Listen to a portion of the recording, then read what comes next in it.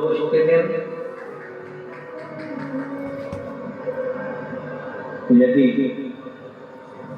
आपको कहीं से शमी पत्र मिल गया, प्रदोष के दिन यदि कहीं से आपको शमी पत्र मिल गया और प्रदोष काल में, प्रदोष का जो समय होता है, शाम का जो समय होता है प्रदोष काल, 4 प्रदोष 5 प्रदोष आप कर देखिएगा कि आपका कोई काम है, कोई नौकरी के लिए आप अप्लाई कर रहे हैं, कोई समस्या बड़ी विकट आ गई है, कोई तकलीफ विकट आ गई है, कोई समस्या विकट आ गई है, प्रदोष काल में अगर एक शमी पत्र भी आप घर के शिवलिंग को, अब ये करने के लिए आपको मंदिर के शिवलिंग नहीं जाना, अपने घर में जो शिवलिंग, चाहे वो स्फटिक का हो, पारस का हो, कंकर शंकर का हो, लकड़ी का हो, जो शिवलिंग तुम्हारे घर में, कांच का हो, चाहे वो नर्मदा के कंकर का हो, नर्मदेश्वर हो, आसान का हो, जो शिवलिंग चांदी का हो, सोने का हो, तांबे का हो, पीतल का हो, जो शिवलिंग तुम्हारे,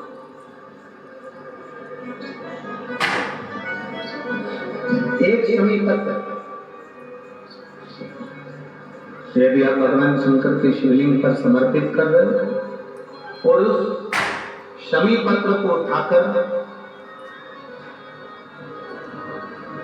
रात्रि को 9:15 की जो एक मुहूर्त होता है, एक समय होता है, जिस समय पर हम अपने मन की बात भगवान शंकर को कहते थे, पूर्व में भी इसका वर्णन हम कर चुके हैं कथा। उस 9:15 पर वो शमी पत्र को उठाकर एक कागज में, एक कटोरी में उसको रखते थे। 4 या 5 प्रदोष के उस शमी पत्र को अपने पास में रखिए और जिस कार्य के लिए जा रहे हो उसको जेब में ऊपर के भाग में उसको रखकर लेकर जाइए, आपका वो कार्य सफल होकर ही रहेगा, वो रुक नहीं सकता। तो शमी पत्र में इतना बल होता है, प्रदोष का जो शमी पत्र होता है वो बड़ा बलवान होता है, बड़ा प्रदोष, शिवरात्रि, सोमवार की अष्टमी, प्रदोष भी हर महीने आते हैं, शिवरात्रि भी हर महीने आती है, सोमवार भी हर महीने 2, 3, 4, 5 पड़ी जाती है। सोमवार की अष्टमी जरूर साल भर में 4 या 5 आते हैं। सोमवार, प्रदोष, शिवरात्रि, सोमवार की अष्टमी, ये वो तिथियां हैं, ये वो वार हैं। अगर कोई भूल से शंकर भगवान के शिवलिंग का निर्माण करता है या अपने घर में रखे हुए शिवलिंग पर शमी पत्र को समर्पित कर देता है तो जिंदगी में उसका पाल नाम का हो ही नहीं सकता। प्रदोष के शमी पत्र में बल होता है, प्रदोष के शमी पत्र। मैं सुनील जी को धन्यवाद दूंगा, आपको बहुत बहुत। बन सके तुम्हारे पास में शिवालय हो या बेलपत्री का वृक्ष, वहां दीप दान अवश्य करना चाहिए। अब एक बात का स्मरण आपको रहे थोड़ा सा, अगर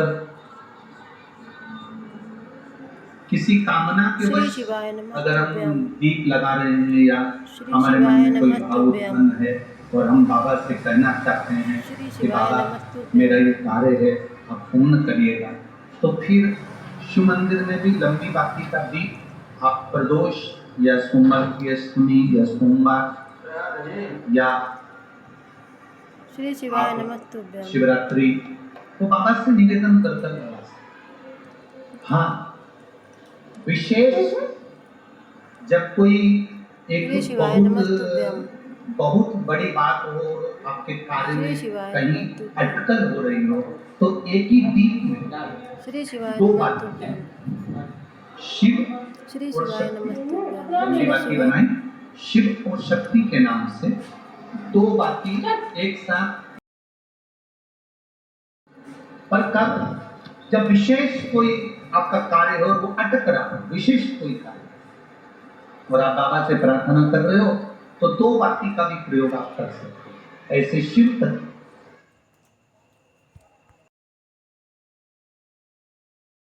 की दवा को भी कुंडलेश्वर महादेव का नाम लेकर खाओ, शरीर में दवाई जाए।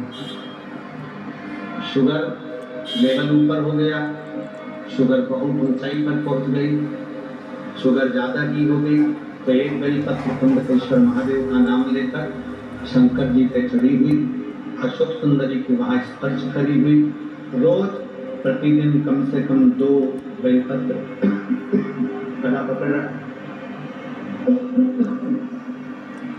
2 बेलपत्र प्रतिदिन अवश्य।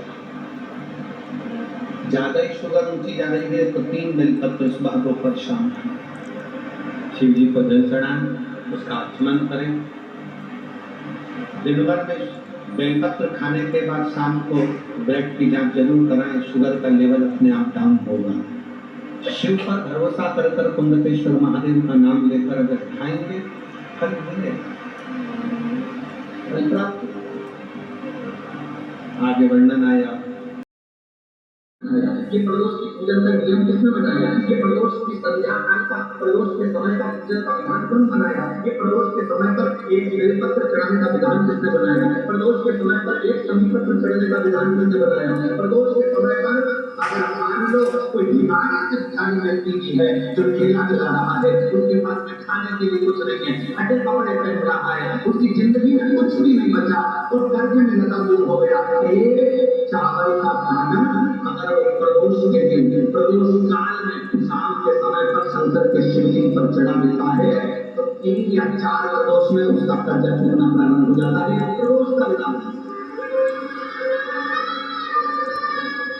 इतना ही प्रदोष का वर्णन करा किसने? इतना प्रदोष की महत्वता बताई किसने? कौन करे इतना वर्णन? अगर प्रदोष की महत्वता बताने वाला कोई है, इसीलिए मेरे शंकर भगवान माता सती को लेकर कुंभज ऋषि के यहाँ, अगस्त्य ऋषि के यहाँ कथा सुनने के लिए गए थे, क्योंकि उनके बराबर कोई शंकर के महत्व को बता नहीं सकता, प्रदोष के महत्व को नहीं बता सकता। सती मैया को प्रदोष का महत्व बताने के लिए शंकर सती जी को लेकर कुंभज बाबा के आगे कि प्रदोष के महत्व को तो जानो सती तुम प्रदोष के महत्व को सभी जानो, तुम प्रदोष के महत्व को सभी पहचानो कि प्रदोष का महत्व क्या होता है, प्रदोष काल का महत्व क्या होता है, प्रदोष के समय का महत्व क्या होता है। जिस समय पर सूरज डूब रहा हो, चंद्र प्रकाशित हो रहा हो, दोनों का मेल हो रहा हो, ना तो पूरा सूरज डूबा है, ना पूरा चंद्र आया है, ना पूरा अंधेरा है, ना पूरा उजाला है, उस समय को प्रदोष काल कहा गया, उस समय को प्रदोष का समय कहा। प्रदोष काल का अब कई लोग हमसे कहते बोली आपको प्रदोष का समय बताया, प्रदोष काल किसको कहते, प्रदोष का समय किसको कहते। अब एक बात हम आप सबसे कहना चाहते हैं, जितने लोग का चैनल पर सुन रहे हैं, जितने फेसबुक पर सुन रहे हैं और जितने रेवाड़ी के पवित्र धरातल कथा को सुन रहे हैं, आप सबसे एक बात कहना चाहते हैं, हम जानकारी अच्छी लगी तो प्लीज़ चैनल को लाइक कीजिए, सब्सक्राइब कीजिए। Thank for watching, thank you.